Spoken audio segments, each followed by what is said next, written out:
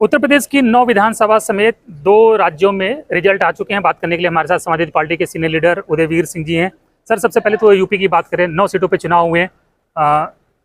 जो उम्मीद आप लोग कर रहे थे वैसे रिजल्ट नहीं आए।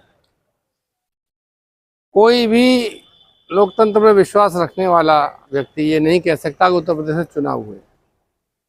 उत्तर प्रदेश में लूट हुई है, वोट की लूट हुई है।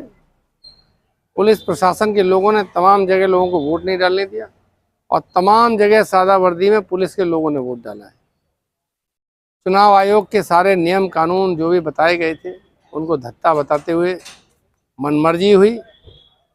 पहली बार ऐसा हुआ कि किसी ने राजनीतिक भाजपा के कार्यकर्ताओं पर आरोप नहीं लगाया, क्योंकि इस बार भाजपा का कार्यकर्ता भी पीछे रह गया, पुलिस आगे रही। पुलिस कार्यकर्ता बनने मुख्यमंत्री जी को ने पुलिस से चुनाव लड़ा, अपने कार्यकर्ता से भी नहीं लड़ा। तो इसलिए जहां लूट हुई हो, उधर की जैसी सीट जहां 65% मुस्लिम वोट और जो उम्मीदवार है उन 91,000 से जीत रहा है, 91,000 से जीत रहा है, 91,000 से। यहाँ के 30 साल से भाजपा जहाँ कभी जीती ही नहीं है। कभी जीती नहीं है, और अगर जीत भी जाए तो समाजवादी पार्टी को 20,000 वोट मिल रहा है। तो जब जहां वोट ही पुलिस प्रशासन के लोग डाल रहे हैं, और ये बात पोलिंग वाले दिन से हो रही है, पोलिंग से पहले 13-14 शिकायतें की गई थी कि पुलिस लोगों को प्रचार नहीं करने दे रही, क्षेत्र में निकलने नहीं दे रही है। कुंदरकी का जो है वो तो बिल्कुल किसी के समझ में आने वाला रिजल्ट नहीं है कि वहाँ पर यहाँ 60+ कुंदरकी में नहीं, मैं आपसे असहमत हूँ। कुंदरकी में कुछ समझना ही नहीं है। अगर आपको वोट डालने के लिए दे दिया जाए तो सारे वोट आप डालेंगे, तो आप जैसा डालेंगे वैसा रिजल्ट आएगा। तो समझते तो वो है जो जनता का रुझान होता है।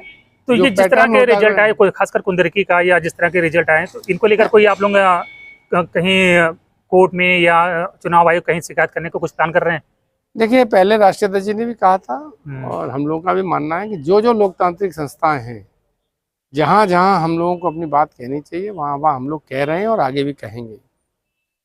इस चुनाव ने भारतीय जनता पार्टी का संविधान विरोधी, तानाशाही पूर्ण, गुंडागर्दी से परिपूर्ण आचरण जनता के सामने स्पष्ट कर दिया है। गांव की आम महिला पे पिस्तौल तान के पुलिस वाला कहे कि भाग जाइए, सबने वीडियो देखा, और वो कह रही है कि आपको अधिकार नहीं है मुझे गोली मारने का, आपको आदेश नहीं है, और वो कह रहा है कि नहीं मुझे आदेश है।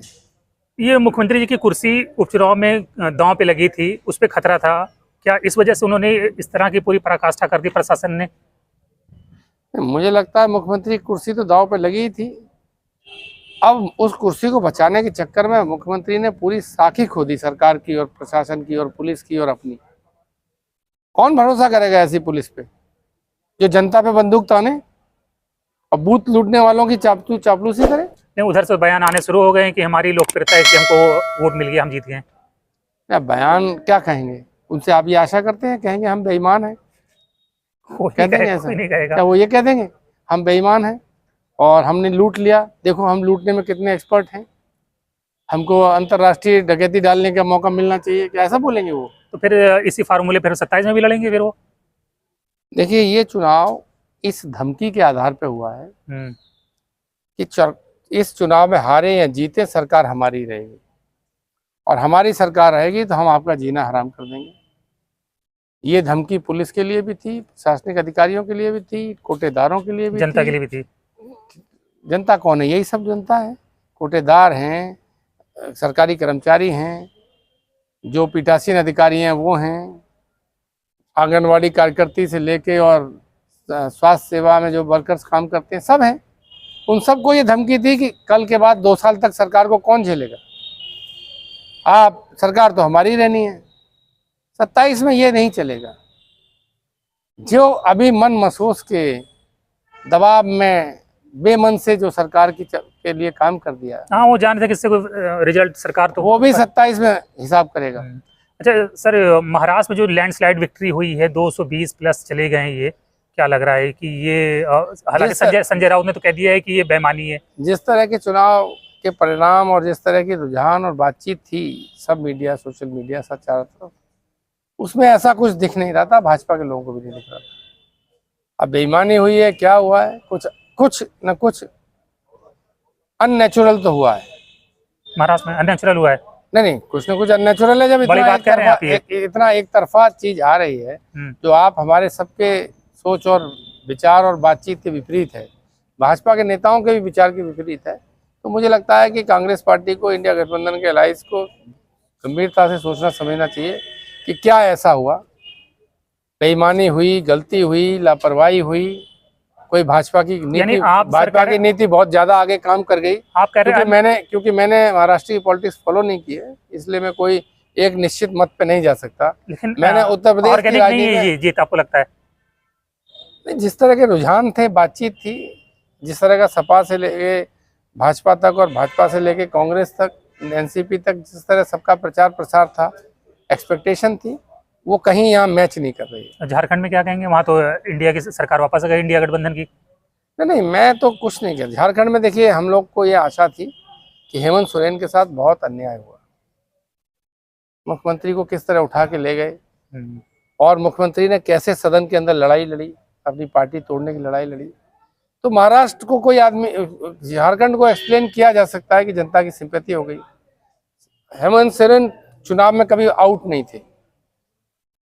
मैं तो बात वहां की कह रहा हूँ, जैसे महाराष्ट्र में भाजपा जीत जाती, 150 की जगह 160 जीत जाते, 70 जीत जाते, तो लोग कहते हैं कि अपेक्षा से थोड़ा ऊपर या नीचे आ गया। 220, 28 को मतलब। इसलिए मैं जो कह रहा हूँ, मैं कोई फाइनल वर्ड नहीं दे सकता, क्योंकि मैंने महाराष्ट्र के चुनाव को नजदीक। लेकिन झारखंड में देखा होगा, जिस तरह से हेमंत बिस्वा शर्मा ने, तमाम नेताओं ने जिस तरह से वहाँ पे सांप्रदायिक कार्ड खेला था और हिंदू मुस्लिम करने का पूरा, देखिए वो बीजेपी हर जगह खेलती है।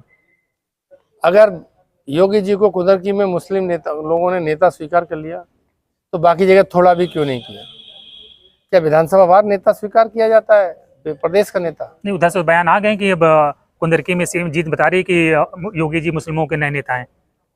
योगी जी जाके अगला चुनाव लाहौर से लड़ लें, कश्मीर से लड़ लें। कितने लोकप्रिय हो गए मुस्लिम? इतने लोकप्रिय हो गए, वानिहार से लड़ लें, कहीं से लड़ लें। तो अगर ये सब बातें, हास्यास्पद बातें करने से, देखिए जो भाजपा के प्रवक्ता नेता या मैं खुद, मेरी पार्टी का कोई नेता अगर हास्यास्पद बात करेगा, तो जनता उसी के ऊपर हंसती है।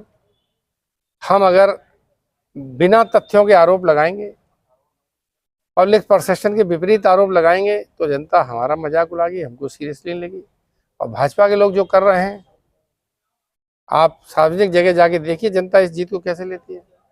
मैं तो फिर भी बधाई दूंगा अपने नेता कार्यकर्ताओं, जहाँ हार भी रहे हैं, वो 2-4 हजार से आगे पीछे लड़े हैं, लड़के आ रहे हैं, संघर्ष किया है। जब 10 हजार वोट पड़ने नहीं दिया है, तब 2-4 हजार से हारे जीते हैं। बिल्कुल। और ये आरोप सब जगह है, काउंटिंग से लेके सब जगह। वो तो सर सबने देखा था, वो हाथ कंगन को हार से किया, इसलिए और सबको पता ही है। इसलिए ये कहना, और भाजपा के लोग, हम पुलिस पे आरोप लगाते हैं, भाजपा के लोग जवाब देते हैं।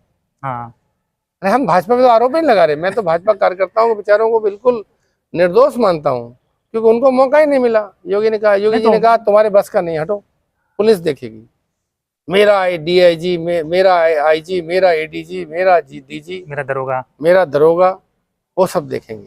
बिल्कुल। तो देखिए, उदयवीर सिंह जी साहब कह रहे हैं कि जो रिजल्ट आया उपचुनाव में, वो ईमानदार चुनाव नहीं हुआ और पुलिस प्रशासन के दम पे भाजपा ने ये चुनाव जीता है। इसलिए समाजवादी पार्टी फिलहाल इसको अपनी हार नहीं मानती और बीजेपी की जीत नहीं मानती। बाकी आप क्या कुछ सोचते हैं, कमेंट बॉक्स में जरूर बताएं। धन्यवाद।